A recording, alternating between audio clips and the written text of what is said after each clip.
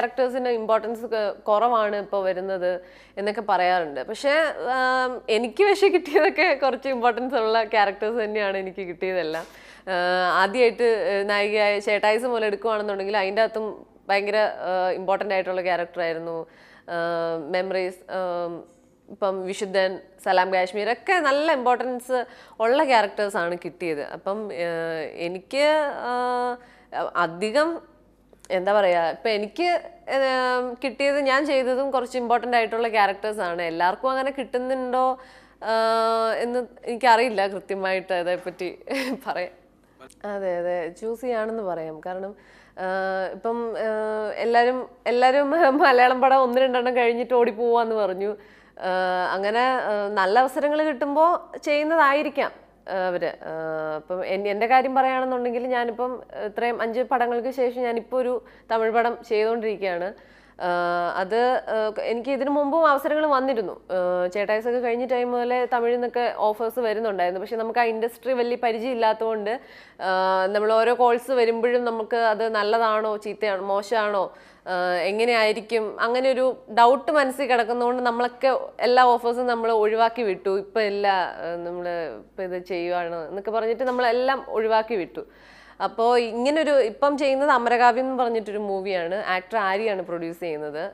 ആര്യയുടെ അനിയൻ സത്യ എന്ന് പറഞ്ഞ ആളാണ് ഹീറോ. അപ്പോൾ ഈ പടത്തിൻ്റെ കാര്യം വന്നപ്പോഴത്തേക്കും അതിൻ്റെ സ്റ്റോറി പറയാമോ എന്ന് ചോദിച്ചപ്പോൾ പറഞ്ഞു. അപ്പം സ്റ്റോറി കേട്ടപ്പോഴത്തേക്കും ഒരു 1988 നടക്കുന്നൊരു കഥയാണ്. അതും ഒരു ലവ് സ്റ്റോറിയാണ്. പിന്നെ എനിക്ക് ആ ക്യാരക്ടറിനെ ഇഷ്ടമായത് ഒരു +2 കുട്ടിയായിട്ടാണ് അഭിനയിക്കുന്നത്. അപ്പോൾ അതും എല്ലാം കൊണ്ടും ആ കഥ നമുക്ക് ചൂസ് ചെയ്യാൻ നമുക്ക് ബുദ്ധിമുട്ട് ഫീൽ ചെയ്തില്ല.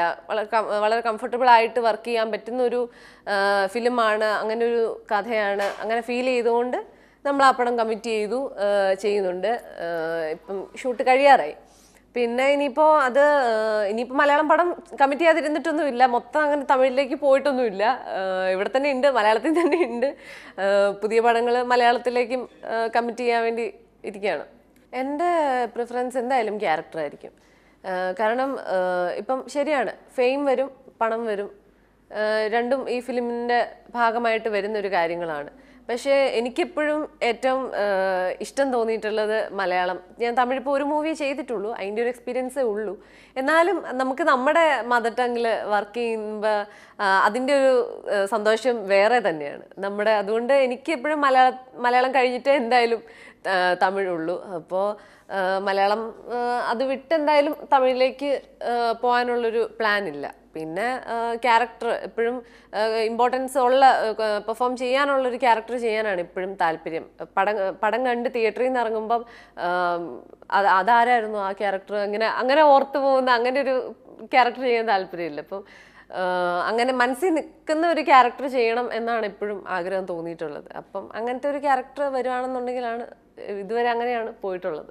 ഞാൻ അതിൻ്റെ പുറകെ പണത്തിൻ്റെ പുറകെ അങ്ങനെ ഓടുന്നൊന്നുമില്ല. ഞാൻ അങ്ങനെ ഒരു കുറേ കാശുണ്ടാക്കണം, കുറേ അങ്ങനെ ആവണം, ഇങ്ങനെ ആവണം, അങ്ങനെ വലിയ സ്വപ്നമൊന്നും കണ്ട് നടക്കുന്ന ഒരാളല്ല. നല്ല അവസരങ്ങൾ വരുമ്പോൾ അത് ഓക്കെ നമുക്ക് പറ്റുന്നതാണ് എങ്കിൽ ചെയ്യാം, അത്ര ഒരു ഇതിലാണ് നടക്കുന്നത്. എൻ്റെ ഫ്രണ്ട്സ് ചിലർ കളിയാക്കും, നീ ഇങ്ങനെ നടക്കുന്നത് എന്താ എന്ന്, കുറച്ച് ഇങ്ങനെ ഇതായിട്ട് കുറച്ചും കൂടെ സീരിയസ് ആയിട്ട് ഇതിനെയൊക്കെ കണ്ടുകൂടെ എന്നൊക്കെ എന്നോട് ഫ്രണ്ട്സ് ഇങ്ങനെ പറയാറുണ്ട്.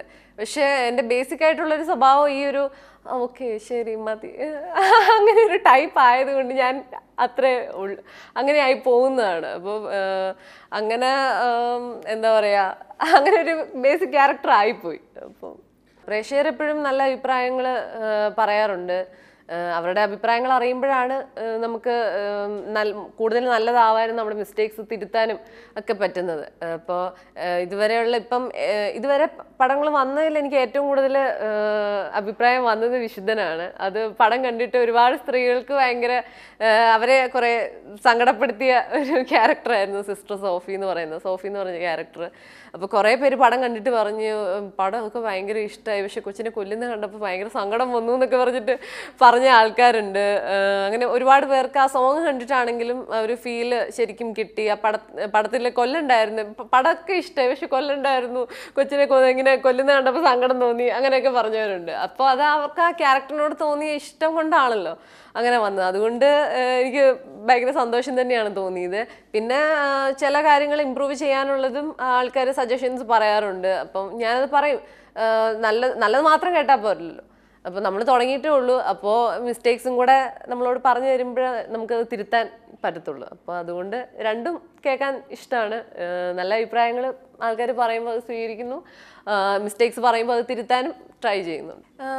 പലരും പറഞ്ഞ് ഞാൻ ഇങ്ങനെ കേട്ടിട്ടുണ്ട്, ഇങ്ങനെ ഒരു 5-6 വർഷമാണ് നായികമാർക്ക് പറ്റുന്ന ഒരു അത്രയും ഒരു സമയമുള്ളൂ, ഒരു 5-6 വർഷത്തേക്ക് ആണ് അവർക്കൊരു ഇതായിട്ട് നിൽക്കാൻ പറ്റുന്നതെന്ന് ഇങ്ങനെ പലരും പറഞ്ഞ് ഞാൻ കേട്ടിട്ടുണ്ട്. പക്ഷെ അങ്ങനെ അല്ലാതെയും നിന്ന് പോകുന്ന ഒരുപാട് ആൾക്കാരുണ്ടെന്ന് തോന്നുന്നു. ഒരുപാട് ആൾക്കാരുണ്ട്. ഇപ്പോൾ ശ്രീദേവി ഒക്കെ പോലെ എടുക്കുകയാണെന്നുണ്ടെങ്കിൽ അവരൊക്കെ ഒരുപാട് വർഷങ്ങൾ നിന്ന് പോയിട്ടുള്ളവരാണ്, മാരേജ് കഴിഞ്ഞിട്ടും കണ്ടിന്യൂ ചെയ്യുന്നവരാണ്. അപ്പോൾ അങ്ങനെ കണ്ടിന്യൂ ചെയ്ത് പോവുകയാണെന്നുണ്ടെങ്കിൽ ഒരു ആക്ടിങ്ങിനോട് ഒരു പാഷൻ അല്ലെങ്കിൽ സിനിമയോട് ഒരു ഭയങ്കര ഇഷ്ടം ഉള്ളവരാണെന്നുണ്ടെങ്കിൽ അങ്ങനെ കുറച്ച് കണ്ടിന്യൂ ചെയ്ത് പോകാൻ വേണ്ടി ആഗ്രഹിക്കും, അതിന് വേണ്ടി ട്രൈ ചെയ്യുമെന്നാണ് എനിക്ക് തോന്നുന്നത്. അപ്പോൾ കുറേ പേർക്കും പല സാഹചര്യങ്ങൾ കൊണ്ടും നിർത്തി പോകേണ്ടി വരുന്ന, മാരേജും കൊണ്ട് നിർത്തി പോകേണ്ടി വരുന്ന ആൾക്കാരും ഉണ്ടാവും. അപ്പം ഓരോരുത്തരുടെ സിറ്റുവേഷൻ അനുസരിച്ച് നായികമാർക്ക് ഫാൻസ് അസോസിയേഷൻ അറിയില്ല എന്താ ഇല്ലാത്തതെന്ന്. ചിലപ്പം അങ്ങനെ തോന്നുന്നില്ലായിരിക്കാം. അവർക്ക് നായികമാരെ കാണാനും അങ്ങനെ അവരുടെ സിനിമകൾ കാണാനും മാത്രമായിരിക്കും ഇഷ്ടം. അല്ലാതെ ഫാൻസ് അസോസിയേഷൻ ഉണ്ടാക്കി അതിൻ്റെ പുറകെ നടന്ന അങ്ങനെ താല്പര്യമില്ലായിരിക്കും. ഹീറോസിൻ്റെയൊക്കെ അസോസിയേഷൻ ഉണ്ടാക്കി അങ്ങനെ അതുമായിട്ട് മുന്നോട്ട് പോകാനായിരിക്കും അവർക്ക് താല്പര്യം ഉണ്ടാവുക. നായികമാരുടെ പടമൊക്കെ കാണാനും സിനിമകൾ കാണാനും അങ്ങനെ മാത്രമായിരിക്കും ഇഷ്ടം. അതുകൊണ്ടായിരിക്കാം മിയയ്ക്ക് മിയ തന്നെ ഭാര്യയാകുമെന്ന്. ഞാൻ എൻ്റെ എല്ലാ സിനിമകളും ഒരുപാട് ഇഷ്ടപ്പെട്ട് ചെയ്യുന്ന സിനിമകളാണ്. അപ്പോൾ എല്ലാ സിനിമയോടും ഒരേ ഇഷ്ടം തന്നെയാണ് ഉള്ളത്. ഇപ്പം ഈ പടം ഓടണ്ട, മറ്റേ പടം ഓടിയാൽ മതി, അങ്ങനെയൊന്നും ചിന്തിക്കാൻ പോകാറില്ല. നമ്മൾ ഇഷ്ടപ്പെട്ട് ചെയ്യുന്ന ക്യാരക്ടറാണ്, ഇഷ്ടപ്പെട്ട് ചെയ്യുന്ന സിനിമയാണ്. അപ്പോൾ ഏത് സിനിമ ആണെങ്കിലും തിയേറ്ററുകളിൽ ഓടണം, ആൾക്കാർ കാണണം, നല്ലത് പറയണം, അങ്ങനെ തന്നെ ആഗ്രഹിച്ചിട്ടാണ് എല്ലാം ചെയ്യുന്നത്. അപ്പോൾ 2 പടങ്ങളും നന്നായിട്ട് പോകണം എന്ന് ഞാൻ ആഗ്രഹിക്കുന്നു.